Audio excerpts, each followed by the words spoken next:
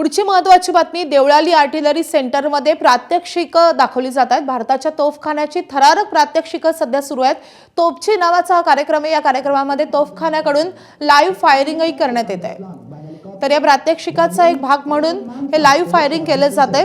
Deolali artillery सेंटरमध्ये तोपची हे प्रात्यक्षिक किंवा तोपची हा कार्यक्रम सध्या पार पडतोय आणि या कार्यक्रमाचा एक भाग म्हणून तोफखान्याची थरारक अशी प्रात्यक्षिक दाखवली जात आहेत। तर नाशिकच्या देवळाली कॅम्प मधली ही थेट दृश्य आपण पाहतोय।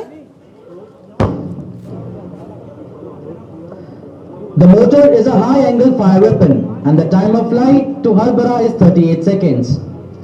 This time of flight of motor is more than any other equipment being fired today. These motors are best suited in mountainous terrain, as it is extremely effective against enemy located in dead ground and on reverse slopes. Motor has a high rate of fire with elevation ranging from 45 degrees to 85 degrees. The equipment can be easily traversed through entire 360 degrees by moving the bipod. Please look towards Harbara. You have seen the effect of the motor bomb. The guns which are being deployed in front of you have proved their mettle in all battles fought by our country. What you see here is not just a display, but a living inventory, a blend of tried and tested legacy gun systems, victorious in all wars from 1947 till the very recent Operation Sindoor. अब जो आप देखने जा रहे हैं वह केवल drill नहीं है, यह है अनुशासन का जीवन स्वरूप, यह है संकट में प्रशिक्षण, यह है युद्ध के लिए तत्परता। हर कदम, हर मोड़, हर आदेश एक ही बात कहता है, कर्तव्य सर्वोपरि। The guns are now coming into action. They will. तर याच देवळाली कॅम्प मधून आपले प्रतिनिधी शुभम बोडके सध्या आपल्या सोबत आहे। शुभम, आणि आपण बघतोय भारतीय सेनेच्या तोफखाना दलाचं अत्याधुनिक हे दर्शन घडवणारं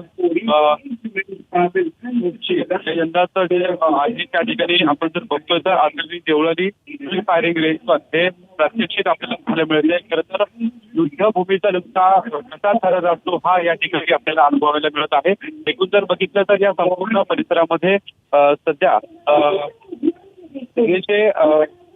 जे भारतीय सेनेचे वरिष्ठ अधिकारी आहेत ते या ठिकाणी दाखल झालेले आहेत। त्यासोबत इतर देखील काही मान्यवर या ठिकाणी आहेत आणि आपण जर बघतो तर या संपूर्ण सरावाच्या दरम्यान स्वदेशी बनावटीचं ज्या तोफखाना आहे त्यांचं प्राणचं फायरिंग प्रात्यक्षिक या ठिकाणी सादर केलं जात आहे।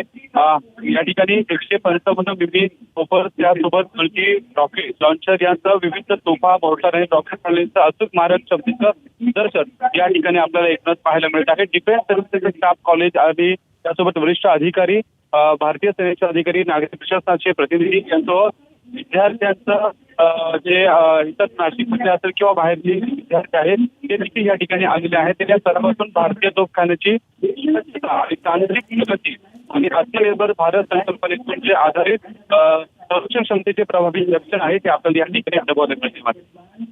नक्की शुभम, जसं तुम्ही म्हणताय त्याप्रमाणे युद्धभूमीचा थरार इथे प्रत्यक्षात अनुभवायला मिळतोय। धन्यवाद या सगळ्या सविस्तर माहितीसाठी। Position to your right is manned by detachment of 1077 BSF Artillery Regiment.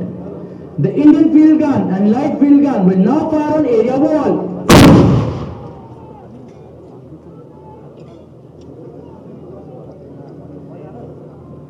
The BSF artillery was raised on 4th October 1971 during the Indo-Pakistan War 1971.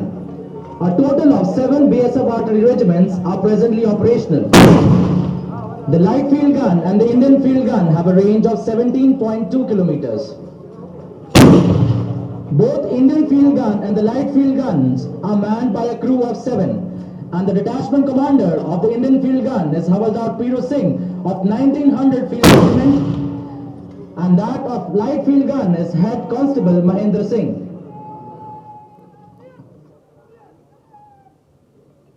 तर आपण थेट दृश्य बघतोय देवळाली आर्टिलरी सेंटर मधली। देवळाली आर्टिलरी सेंटरमध्ये तोपची नावाचा खास कार्यक्रम आयोजित करण्यात आलेला आहे। स्वदेशी बनावटीच्या तोफखान्यांची थरारक अशी प्रात्यक्षिक आज दाखवली जात आहेत। प्रत्यक्ष युद्धभूमीवर जो थरार असतो प्रत्यक्ष युद्धभूमीवर ज्या प्रकारे ऑपरेशन राबवली जातात त्याचं एक खास प्रात्यक्षिक आम्ही एबीपी माझाच्या प्रेक्षकांना दाखवत आहे. एबीपी माझा, उघडा डोळे बघा नीट.